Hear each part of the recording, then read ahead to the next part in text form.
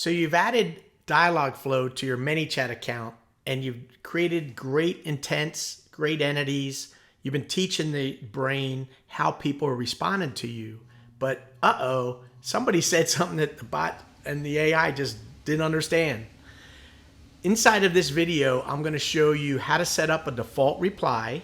So if it doesn't understand something, there's still a reply, as well as the training module inside of DialogFlow, so you could watch what people are saying and have a continuous learning system so the bot gets smarter and smarter and smarter as it understands how people are interacting with you.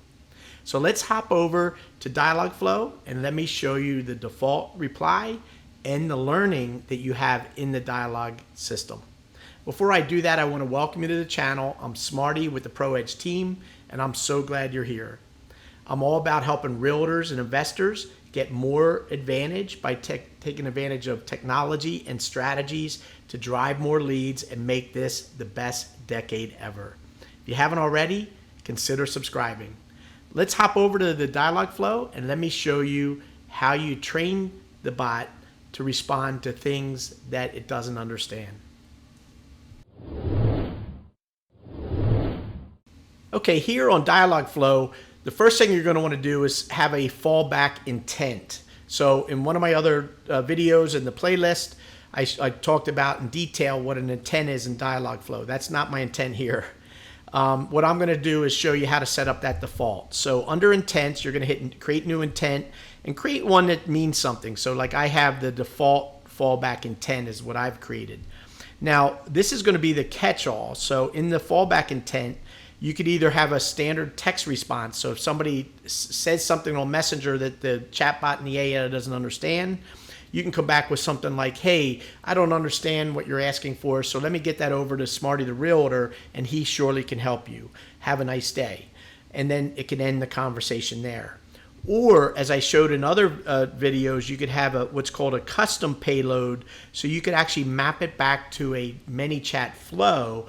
And in my ProEdge chatbot for real estate system, I have a default reply that has a randomizer built in there, so the reply is different each time, so it's fresh in their term. Because sometimes somebody may randomly start typing things one after the other. You know, hey, I need this, or hey, I need this, or I need this. So you don't want to have a robotic same message come back each time. Inside my ProEdge package, I've randomized multiple responses to the fallback so that the person's going to feel more natural responding back and forth in that conversation.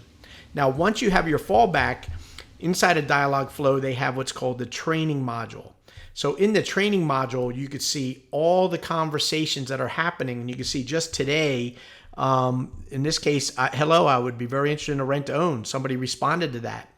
And if I click on this, it automatically mapped it to the right conversation. So it's talking about, hey, is it based on credit score? And I had a response about credit. These are all the intents that I have in my system.